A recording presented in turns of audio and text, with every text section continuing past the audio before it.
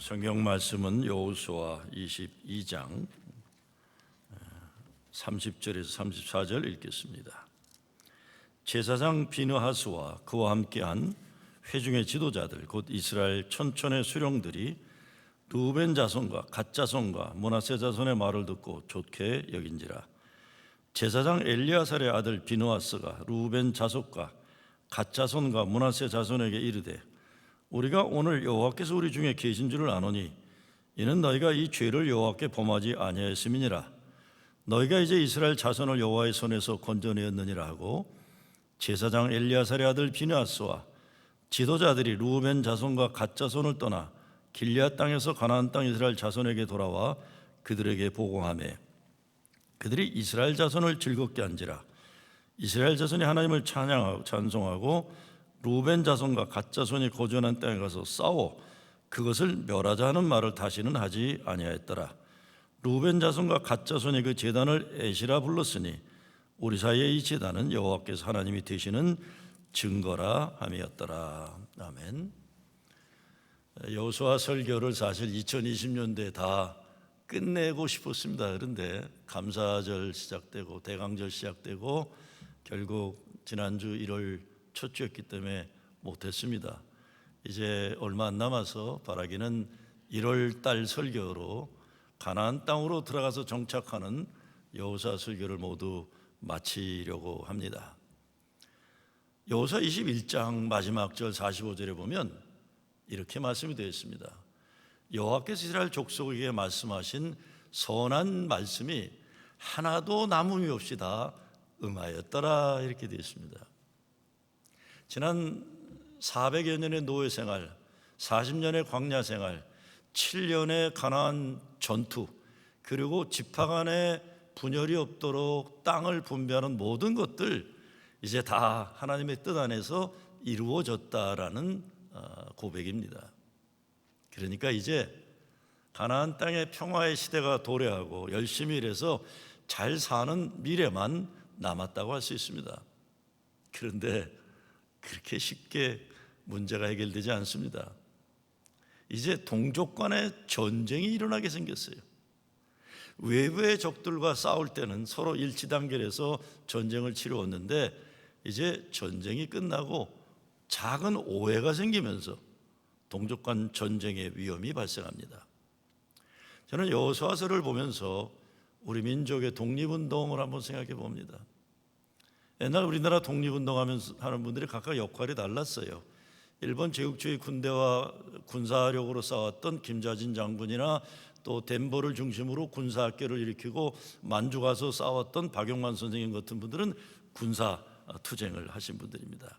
그리고 김구 선생님 같은 분들은 임시정부를 만드셔서 민족 세력 독립운동을 하나로 묶고 지휘하셨고, 이승만 박사 같은 분들은 외교와 정치운동을 통해서 독립운동의 지도력을 발휘했고, 도산 안창호 선생님 같은 분들은 유카탄 멕시코라든가 이민해 와 있던 샌프란시스코 이런 데서 이게 아무리 독립투쟁을 한다고 해도 우리 조선인들이 사람이 사람답게 사는 훈련이 안 돼 만든 데서 사람 만드는 홍익사상 교육운동으로 독립운동에 역점을 두셨던 겁니다.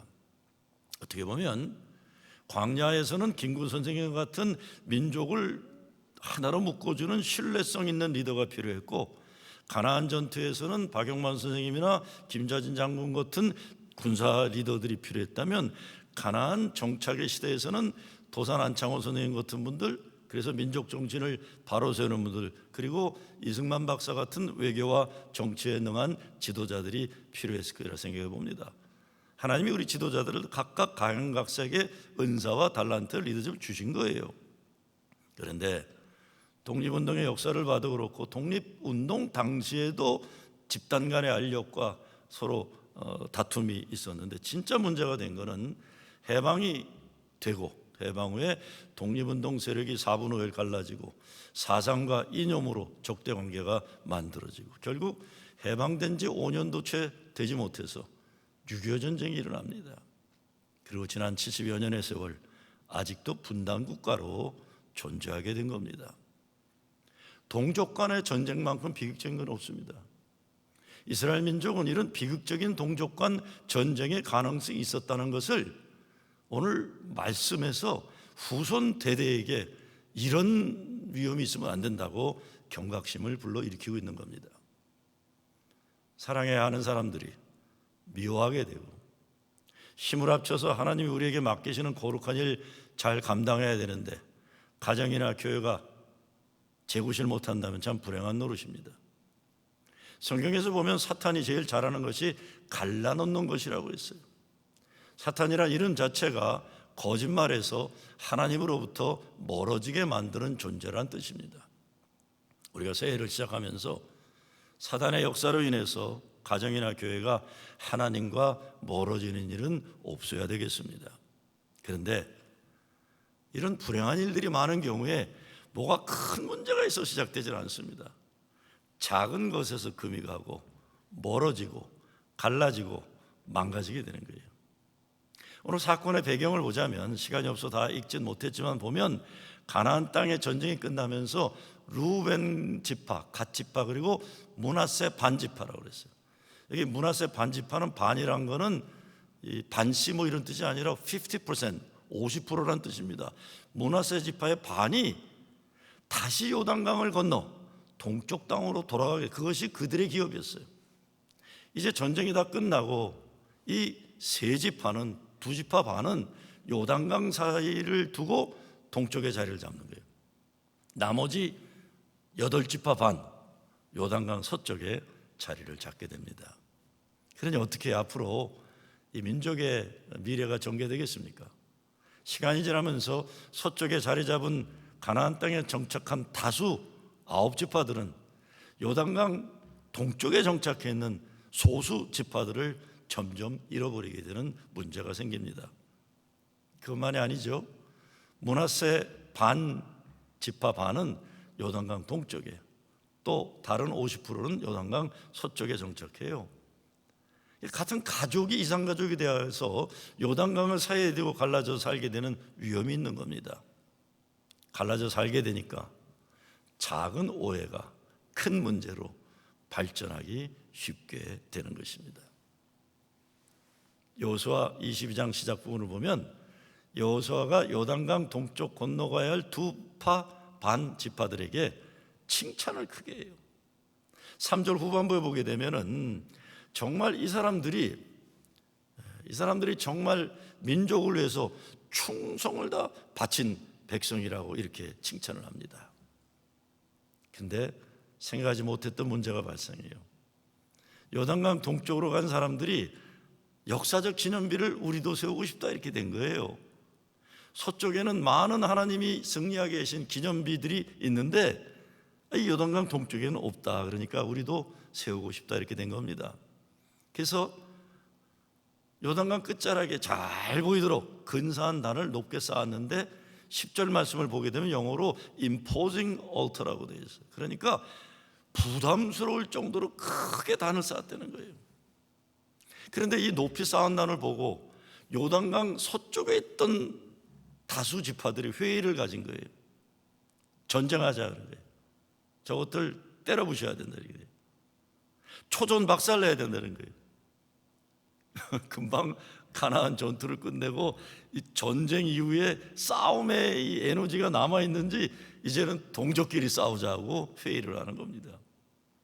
그런데 므낫세 지파를 보세요. 50%는 동쪽, 50%는 서쪽에 있으니 이제 전쟁을 하면 부모 형제끼리 전쟁하게 생긴 비극을 앞두고 있는 겁니다. 자, 우리가 생각해봐요. 왜 이렇게 서쪽 사람들이 흥분을 했을까 하는 거예요.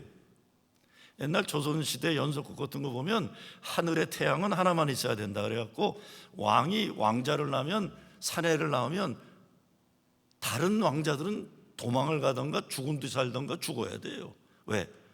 조선 하늘 아래 태양은 하나만 있어야 되는 거예요. 그런 겁니다. 이스라엘 민족에게는 하나의 제단만 있어야 하는 것인데 제단이 2개 있는 것은 정치적으로도 문제지만 종교적으로 문제가 되는 거예요.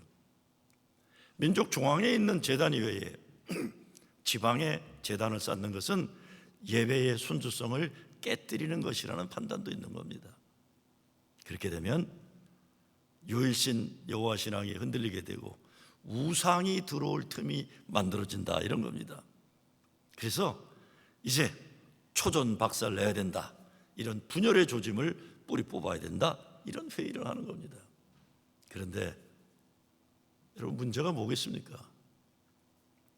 요단강 동쪽 사람들이 왜 그런 일을 했는지 물어보지 않는 거예요. 이 사람들이요, 자기들끼리 판단해버리고 단정해버리고 정죄해버린 거예요. 근데 다행인 것은 그냥 전쟁으로 들어가지 않고 조사단을 파견하기로 결정을 합니다. 세월이가 정말 조심해야 하는 것이 부정적인 판단을 빨리 하는 겁니다. 부정적인 판단을 빨리 하는 거예요. 아이들 자랄 때 보면요, 부모가 100개 다 잘해줬다가 어쩌다 하나 잘못하면 마치 부모가 원래 다 잘못한 것처럼 울고불고 애들 철없을 때 난리 칠 때가 있어요.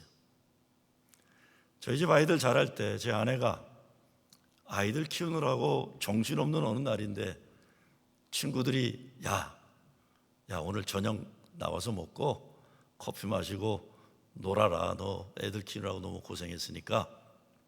그래서 저도 뭐 참 고맙더라. 그래서 이렇게 나가는 날이에요. 근데 엄마가 옷을 입고 나가려고 하니까 우리 둘째 딸 아이가 그때 한 3살이나 됐나 모르겠어요. 못 나간다고 막는 거예요. 엄마 문 앞에서 못 나간다. 그래서 제가 소희야, 야 엄마 친구들하고 정말 오랜만에 저녁 먹고 놀다 올 거니까 소희는 아빠하고 놀자 그랬어요. 그래서 얘가 울면서 소리를 질러요. 왜 엄마는 맨날 나가 놀기만 해요, 그러는 거예요. 그래서 제가 기가 막혀갖고, 아니 엄마가 언제 맨날 놀러 나갔어? 그랬더니 덕후 결면서 그랬어, 엄마는 맨날 놀러만 가. 그리고 우겨대는 거예요. 어쩌다 한번 나가는데도 엄마가 나가는 게 싫으니까 난리치는 거예요. 지금도 그때 생각하면 정말 웃음이나 죽겠는데, 인간관계도 그럴 때 얼마나 많아요. 다 잘해주다가 어쩌다 하나 잘못하게 되거나 자기가 원하는 거 들어주지 않으면 원래부터 관계가 나빴던 것처럼, 특히 교회에 보면은 사람의 관계를 그렇게 함부로 하는 일들이 얼마나 많습니까? 부정적이기에 너무 빠르지 말아야 돼요. 하나님과의 관계가 더욱 그렇습니다. 가끔 교인들이나 하나님 뭐 기도 응답 안 해주신다거나 나를 모르시나 본다거나 뭐 그러는데, 하나님 원망 소리도 들어보면 하나님이 꼭 잘못한 것 같지 않은데 할 때가 얼마나, 제 목사 입장에서 그래요. 하나님이 뭘 그렇게 잘못하셨을까? 아무리 봐도 아유 이제껏 하나님 때문에 살았으면서도 저렇게 저러나 그래요. 하나님과의 관계에서도 믿지 않으려는 핑계 자꾸 만들어내려고 우리 애쓰지 말아야 돼요. 하나님과 관계에서도 문제를 놓고 하나님을 보면 이게 문제로 보이는 게 있는 거예요. 거꾸로 문제를 볼 때 하나님을 통해 보면 이게 은혜가 되고 고마움이 되고 그렇게 되는 거예요. 축복이 되고. 제가 요만큼 살아보니까 하나님을 원망하고 하나님 싫어해 보면 손해보는 거 꼭 나밖에 없더라고요. 하나님은 한 번도 아쉬워하지 않으시더라고요. 내가 하나님 원망하고 교회도 안 나가보고 어렸을 때도 젊었을 때도 정말 저희 아버님 돌아가서 1년간 하나님 욕하고 교회도 안 갔는데, 돌이켜보면 나만 생고생하고 그냥 무릎 꿇고 다시 돌아왔을 뿐이지 하나님은 내색도 안 하더라고요. 나 고생했다. 나만 손해요, 여러분. 새해 하나님 감사하고 하나님 영광 돌리는 게 아니고 헛되고 허망한 불평불만하면 여러분만 손해볼 겁니다. 빨리 고쳐야 돼, 그런 마음 보여요. 동쪽 사람들이 제단을 쌓은 이유가 뭐예요? 오늘 27절 나중에 집에 가서 보시면 3가지 목적이에요. 이 사람들이 쌓은 이유는, 첫째, 신앙의 보존을 위해 쌓은 거예요, 자기들도. 둘째, 지파 간의 연대의식을, 소수지만 우리도 같이 예배드리자 해서 세운 거예요. 셋째, 자녀 교육의 미래를 위해서 예배 자리를 세운 거예요. 이런 좋은 뜻으로 세웠는데 강 건너 사람들은 민족 분단의 반역적인 일로 오해를 하는 겁니다. 너 왜 그랬니? 물어보질 않은 거예요. 일방적으로 판단하고 정죄하는 것 참 위험한 일입니다. 저는 한 4, 5년 전부터 아이들과 대화를 할 때 문제 지적하는 거를 안 합니다. 내가 애비라고 해서 가리키려고 하는 말도 안 합니다. 가능한 들어보려고 해요.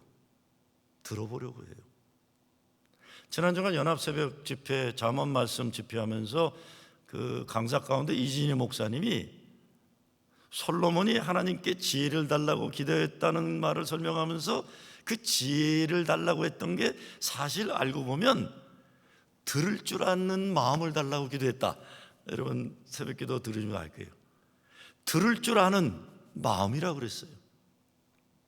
하나님의 말씀을 들을 줄 아는 마음도 있겠지만 왕으로서 백성들의 말을 들을 줄 아는 마음을 달라고 기도했더니 하나님이 너무 기특해서 부와 수와 명예까지 주셨다는 거 아닙니까?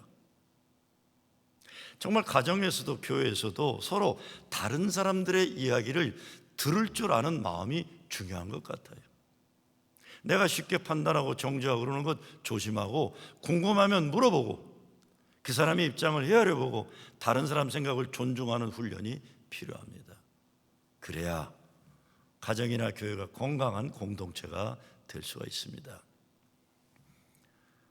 전 세계가 경악한 지난 수요일 날 미국 국회의사당에 이번 대통령 선거가 조작된 거라고 폭도들이 국회의사당에 침범해서 난리가 났잖아요. 사람들도 죽고. 왜 이런 일이 일어납니까? 오늘날 미국이 처한 가장 심각한 문제가 음모론이에요. 음모론. 이 음모론에 빠진 사람들이 미국에 많고 한국에도 참 많더라고요. 요번에 성적이 휘두르면서 막 국회의사당 침범하는데 이스라엘 국기와 태국기까지 나와서 난 태국기가 저기까지도 바람을 휘날리나 생각했어요. 특별히 정치적 극우 성향이 강한 기독교인들 가운데 많은데 아까 우리가 십자가 군병들아 노래했잖아요. 요번 수요일 날 국회의사당 쳐들어간 사람들이 저 노래 부르고 간 사람들이 한두 명이 아니더라고요. 기도하고 가고. 이 문제가 뭡니까? 극우 정치 이념 사상을 하나님의 말씀으로 자꾸 생각하는 거예요. 이걸 하나님의 뜻으로 절대 진리로 여기니까 이게 트럼프 아니면 안 된다 이렇게 그래서 민주적인 선거 자체를 부정하고 그런 것을 인정하려는 국회를 까부주자 이렇게 되는 거예요. 이게 못 말리는 겁니다. 이런 사람들 못 말려요. 여러분 미국이 민주당이나 공화당 기본적으로 양당 체제를 가지고 있는 것은 민주당과 공화당이 적대관계 싸우다 둘 중에 하나 죽기 위해서 만든 게 아니잖아요. 민주주의라는 것은 대화하고 토론하면서 정책을 만들어 가려고 하는 것이지 민주당이나 공화당이나 절대적 진리를 소유하고 있다는 전제 자체가 없는 게 민주주의입니다. 오래전에 기독교 현실주의 신학자 라이널드 니버 목사님 민주주의에 대해서 이렇게 말씀하신 적이 있어요. 인간이 정의로움을 추구하는 능력이 있기 때문에 민주주의는 가능하다. 그러나 인간이 불의에 빠지는 가능성 때문에 민주주의는 필요하다 그런 겁니다. 인간이 만들어가는 어떤 제도도 국가 정책도 절대적일 수가 없습니다. 그렇기 때문에 민주주의가 필요한 거예요. 합리적인 대화를 할 줄 모르는 사람들이 민주주의의 가장 큰 장애물입니다. 자기 판단을 절대화하고 자기 생각이 입장이 다른 사람들은 하나님 반대편으로 판단하고 정죄하는 거예요. 이번에 연방하원에 한인 2명이 민주당 또 2명이 공화당 소속에 들어갔더라고요. 참 좋다 생각했어요. 다행이다. 미국이 양당 체제를 유지하는 건 미국은 언제나 거의 50%씩 나누어진 정치적 선호도가 현실이기 때문입니다. 누가 민주당과 공화당 차이를 설명하면서 이렇게 글을 올린 걸 제가 봤어요. 가난한 사람이 50명 있는데 공화당은 그 중에 한 명이 가짜 가난한 사람일 것 같아서 50명에게 지원해 주는 걸 안 하려고 하는 사람들이다. 민주당은 50명 중에 한 사람이라도 가난하면 그 사람을 위해서 50명에게 지원금을 보내주는 당이다. 그래서 민주당은 좋은 당이다 이렇게 썼더라고요. 그래서 내가 뭔 또 헛소리를 이렇게 고상한 척하면서 하는가 그랬어요. 제 경험으로 보면 민주당이 좋고 공화당이 나쁘다는 공식이 성립이 안 되더라고요. 물론 선호도는 있어요. 저는 제 선호도가 어떤 건 교인들이 거의 다 아실 거예요 제가. 그러나 제 경험으로 보세요. 바락 오바마가 대통령 되고 트럼프 나오는 거예요. 그러니까 민주당 그동안 뭐하고 자빠졌나 생각해요 저는요. 그러니까 민주당이니까 좋고 공화당 나쁘다 이런 억지스러운 말하는 거 무책임한 겁니다. 무책임한 거예요. 민주당이나 공화당이나 필요한 건 뭐예요? 그 가난한 한 사람이 누구인가를 찾아내야 돼요. 그 가난한 사람이 누군가를 찾아내서 그 사람이 가난하지 않게 살 수 있도록 미래를 만들어주는 정책을 하고 지원을 해줘서 그 가난한 사람이 살 수 있게 도와줘야 돼요. 민주당도 그런 노력을 안 하고 땅바닥으로 내려와서 어려운 사람 만나는 노력 안 하고 고상한 이상주의적인 평등사회 얘기하는 건 공화당 무책임이나 민주당 무책임이나 똑같은 거예요. 저는 살아보니까 이상주의적인 말하고 고상한 말하는데 무책임한 인간들 많이 봤어요. 도움이 안 돼요 그런 사람들. 또 쉽게 생각하면 공화당은 생산을, 민주당은 분배를 중요하게 여긴다 하지만 이것도 초등학교 1학년 도식도 아니고 생산이 없는 분배가 어디 있고 분배 못하는 생산은 오래 갈 수 없잖아요. 노동조합이 이거는 무슨 직급이 어르신인데 전태일 생각으로 노동조합을 합니까? 정신들 나간 거예요. 정신들 나간 거예요.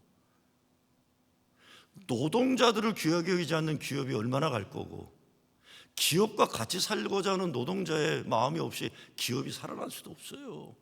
같이 대화하면서 때론 투쟁하면서 공동 자기의 운명을 인정하고 가야 되는 겁니다. 제가 이 말씀 드린 이유는 나라 정치나 교회나 가정에서도 말로 생각으로 어떤 이념과 사상으로 뭐가 바뀔 것 착각하지 말라는 겁니다. 착각하지 마세요. 예수님은 어떻게 하셨어요? 예수님은 바닥에 내려오셔서 땅에 살아가는 한 사람 한 사람 만나시고 말씀 대화하시고 병자들 고쳐주시고 배고픈 사람들 먹을 수 있게 하시고 같이 먹고 마시고 한 사람 한 사람 하나님 사랑받는 자녀라는 거룩한 자화상을 깨우쳐 주시고 그 사랑이 진짜 사랑이 무엇인지 십자가에서 죽음으로 죽을 인간들을 영원히 살리신 분이세요. 그러니까 교회는요 민주당 편들거나 공화당 편들거나 그런 편싸움에 휘말리면 안 됩니다.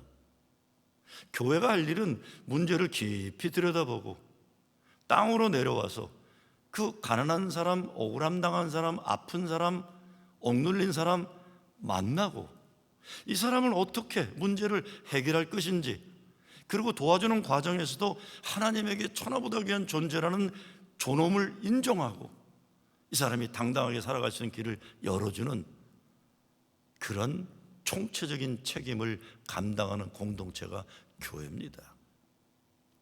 오늘 아침에 페이스북에 보니까 목사들마다 올렸어요. 오늘 설교를 어떻게 해야 될 것이냐. 뭘 어떻게 그냥 평소대로 하면 되죠. 갑자기 오늘 주일날 애국자들이 엄청 많이 나올 거예요. 제가 걱정해 오늘날 설교하는 사람들 다 정입하고 다 사회 투쟁가들이고 이런 짓들 그만해야 돼요.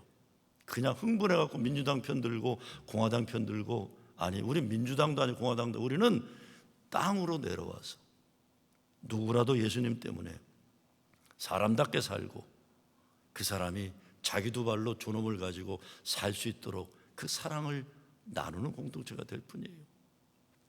자, 본문으로 돌아갑니다.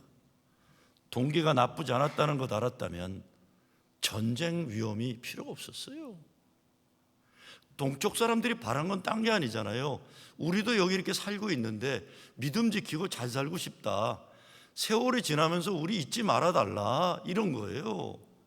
그렇잖아요. 그래서 잔을 쌓은 거예요. 자기 스스로들도 존재를 확인하고 싶고 요단강 서쪽에 있는 동족들도 잊지 말아달라는 거예요. 그런데 이거를 생각 안 하고 서쪽에 있는 다수가 전쟁하자 이렇게 된 거예요. 자, 쉽게 얘기하면요, 이 요단강 동쪽에 제단 쌓은 건 딴 게 아니에요. 우리 여기 이렇게 살아있어 이렇게 강 건너에서 손 흔든 거예요. 그러면 서쪽에 있는 동족들이 야 우리도 여기 있다, 예? 그럼 되는 거예요. 그러지 못하고 죽여버린다고 하고 난리치는 겁니다.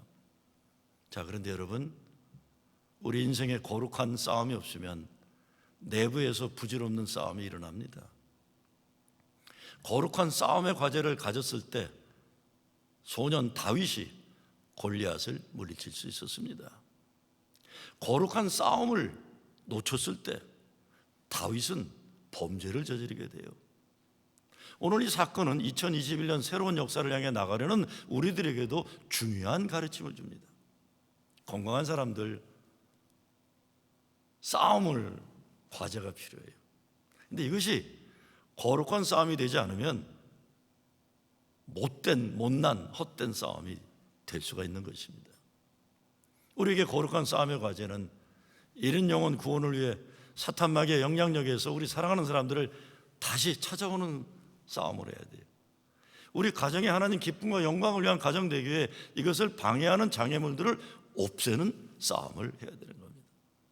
이 세상에 하나님 나라에 가까워지도록 빛과 소금 되어서 요한에슬레가 우리 감리교가 해야 되는 사회적 경건을 위해 싸워야 하는 겁니다. 요한에슬레에서 가난이 왜 가난한가 싸우잖아요. 알코올 중독자들과 싸우잖아요. 노동자들이 핍박당하지 않도록 싸우잖아요. 고아와 과부들이 버림받지 않도록 싸우는 게 사회경건이었어요. 요한에슬레는. 그렇지 않으면 헛된 거로 우린 싸움하게 됩니다. 우리에게 이 거룩한 싸움은 예수님 마음과 말씀, 이 땅에서 하나님 나라를 이루는 싸움이어야 되는 겁니다. 다행히도 오늘 본문으로 돌아가면 전쟁을 하기 전에 대표단을 파견해서 진상을 알아보기로 하는데요.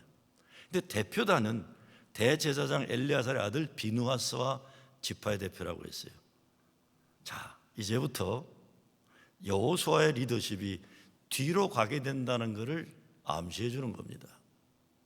전쟁의 영웅은 이제 평화시대의 지도자로 계속 남지를 않는 겁니다. 광야의 지도자 모세는 가나안 땅에 발도 못 붙였어요. 가나안 전쟁을 승리로 이끈 지도자 여호수아, 정착시대의 지도자로 군림하지 못합니다. 이제 때가 되어 떠나야 돼요. 다른 리더십을 가진 인물들이 나서기 시작하는 겁니다. 비누하스를 단장으로 하는 대표단은 두 지파 반을 찾아가 그들이 제단 쌓은 것에서 자초지종을 물어요. 이거는 범죄행위다, 하나님을 거역하는 우상숭배가 될 수 있다. 계속 이렇게 되면 이 죄 때문에 너희만이 아니라 하나님의 진노가 우리들에게도 임할 것이다, 이렇게 얘기를 해요. 그랬더니 그 세 지파들이 대들고 싸우지 않고 설명을 하는 거예요. 우린 이래서 그랬다, 우리 이런 거다. 그래서 어떻게 됩니까? 비누하스가 잘 알았다. 그러고 돌아와서 우리가 잘못 생각한 거다. 이제부터 우리는 정말 저들을 위해서 기도하고 잘 사는 미래를 위해 서로 협력하자, 이렇게 결론 내린 거예요. 여러분, 우리가 억울한 일을 당할 때 마음의 평정을 일으키기가 참 쉽습니다. 실제로 사사기에 보면 사사시대에 베냐민 지파 사람들이 집단적으로 레위인 아내를 겁탈하고 죽였어요. 그래갖고 이스라엘 사람들이 이 사건을 조사하고 관련된 자들을 엄벌하기로 했어요. 그런데 베냐민 지파가 이걸 거부합니다, 조사를. 그리고 전쟁도 불사하겠다고 해버렸어요. 그래서 어떻게 됩니까? 전쟁이 일어나잖아요. 그 전쟁 때문에 6만 5천 명이 죽어요. 그리고 그 전쟁 때문에 베냐민 지파는 거의 씨가 마르게 돼버리는 겁니다. 대화를 안 한 거예요. 우리가 사는 사회에서 너 죽고 나 죽자, 이런 패러다임 고쳐야 합니다. 너 살고 나 사는 길 찾아야 돼요. 이민교회들이요, 이민생활 초기 어려울 때 열심히 기도하고 교회 부흥시키잖아요. 근데 교회 부흥한 다음에 이런저런 이유로 오래 싸우다가 교인 다 떠나고 교회 건물 팔아넘기는 경우가 있었어요. 제가 70년대 이민 와가지고 처음 다닌 교회가, 시카고에서 다닌 교회가 처음에는 목사하고 장로가 싸우더라고요. 난 왜 싸웠는지를 몰라요. 난 고등학생이었기 때문에. 조금 지났더니 아버지 장로하고 아들 장로가 싸우더라고요. 조금 지났더니 형 장로하고 동생 장로가 싸우더라고요. 조금 지났더니 그 교회 연대 동문들이, 제 집사람 사촌 오빠들이 거기다 장로였는데 다 연대 출신인데 연대 동문들끼리 싸우더라고요. 그래서 어떻게 됐는지 아세요? 그 교회 건물이 불타서 불교 사찰에게 넘어갔습니다. 여러분, 시카고에 가셔서 불타서 찾아보세요. 그게 제가 70년대 다녔던, 우리 아버님이 60년대 말 거기서 영주권 받으려고 영주권 없는 호래비들이 지하실에서 살던 기숙사가 있는 그 교회예요. 그게 지금은 제가 10년 전 가보니까 노란 페인트 칠을 칠해놔서 절이 돼버려가지고. 그게 뭐예요? 이민 초기에 교인들이 헌금해서 사놓은 교회 예배당을 불타사한테 남겨버리고 말더라고요. 동쪽 지파들이 서쪽 대표단 추궁받을 때 감정으로 대하지 않고 하나님께서 진실을 아신다고 했어요. 우상 숭배를 위한 게 아니라 자선대대로 하나님 백성 믿음을 남겨주기 위해서 그랬다고 해명했어요. 그리고 대표단은 해명을 받아들이고 이제 미래를 위해 우리는 한 동족이다 결정합니다. 작은 오해로 오늘 여호수아 22장이 이걸 길게, 시작부터 보시면 길게 해놓은 이유가 뭐겠습니까? 후손들에게 이런 일이 있으면 안 된다는 거예요. 동족끼리 작은 오해 때문에 전쟁 치르지 말라는 거죠. 그런데 이런 일 오늘 우리 가정이나 교회에서 없도록 하려면 코로나로의 어려운 이때 신앙생활 잘하지 못하고 소홀하게 되는 것, 당연하게 여기는 신앙의 게으름, 이거 조심해야 돼요. 위기의식까지 해야 됩니다. 앞으로 세상 어떻게 더 어려울지 모르는데 하나님으로부터 우리가 신앙마저도 약해지고 멀어지게 되면 우린 진짜 오갈 데 없어요. 그러니 예배, 기도, 말씀 소홀히 하지 말아야 돼요. 작은 오해라는 것, 다른 말로 표현하면 사람들이 쉽게 믿음에서 멀어질 수 있는 작은 생각들인데 이게 사탄마귀가 침투해 들어오는 구멍이 열리는 겁니다. 계속 말씀드리지만 코로나 위험 때문에 예배당 예배 오지 못하는 분들 정말 괜찮습니다. 오려고 무리하지 마세요. 그러나 가정에서 신령과 진정으로 예배 잘 드려야 되잖아요. 헌금 생활도 소홀히 하지 말아야 돼요. 세상 사람들이 무슨 일 돕겠다고 내는 돈을 영어로 도네이션이라고 그래요. 도네이션이란 건 내 거, 내가 좋은 사람이니까 너 준다는 거예요. 근데 성도들이 헌금하는 것은 도네이션이 아니에요. 오퍼링이에요. 하나님 건데 하나님께 온전히 드린다는 겁니다. 헌금 생활도 소홀히 하시면 안 돼요. 괜히 드릴 거 있으면서도 코로나니까 안 드린다 이러지면 이게 참 하나님 손해보시지 않습니다. 결국 믿음의 여러분이 문제가 되는 겁니다. 코로나로 생활이 어려운 분들 걱정하실 필요 없어요. 저는 드려야 되는 것이 있는 사람이 못 드리는 걸 말씀드리는 거예요. 감사한 것은 우리 교인들이 코로나 기간 동안 성경 통독, 성경 필사, 성경 퀴즈, 성경 암송 많이 늘어나고 있어요. 얼마나 감사한지 몰라요. 성경과 기도생활 소홀히 하면 사탄이 하나님과 우리 사이를 이간질해서 멀어지게 하는데 그렇게 놔두면 안 됩니다. 더욱 열심히 말씀 붙잡고 무릎 꿇고 기도생활 잘해서 주님과 더 가까이 하나님 뜻 더 잘 헤아리는 믿음이 되어야 되는 거죠. 신앙생활 작은 것이라도 소홀히 하기 시작하다가 점점 틈이 열리면 아주 큰 신앙의 실패를 당할 수 있으니까 정말 위기의식 가지고 더 긴장해서 신앙생활을 해야 되는 겁니다. 성경에 보면 세상 사람들이 보는 것과 믿음의 사람들이 보는 것이 다른 걸 보여줘요. 어떤 문제가 생겨도 믿음으로 보는 사람과 세상 시각으로 보는 사람은 달랐는데 대표적인 인물이 요셉이잖아요. 요셉이 애굽의 국무장관이 된 후에 자기를 죽이려 했던 형들을 용서하고 품어주면서 이렇게 말합니다. 당신들은 나를 해하려 했으나 하나님은 그것을 선으로 바꾸사 오늘과 같이 많은 백성의 생명을 구원하게 하셨나니 그랬습니다. 서로 죽이는 길을 택하지 않고 사는 길, 축복의 길, 은혜의 길을 선택합니다. 요셉은 하나님이 주시는 살리고 사랑하는 마음으로 살기 위해 하나님 은혜를 가슴에 품고 살았어요. 그래서 나라도 구하고 가족도 구한 겁니다. 2021년 새해 하나님이 여러분에게 맡기시는 거룩한 싸움이 있습니다. 이 거룩한 싸움에서 반드시 승리하는 여러분 되시길 주의 이름으로 축원합니다. 아버지 하나님 감사합니다.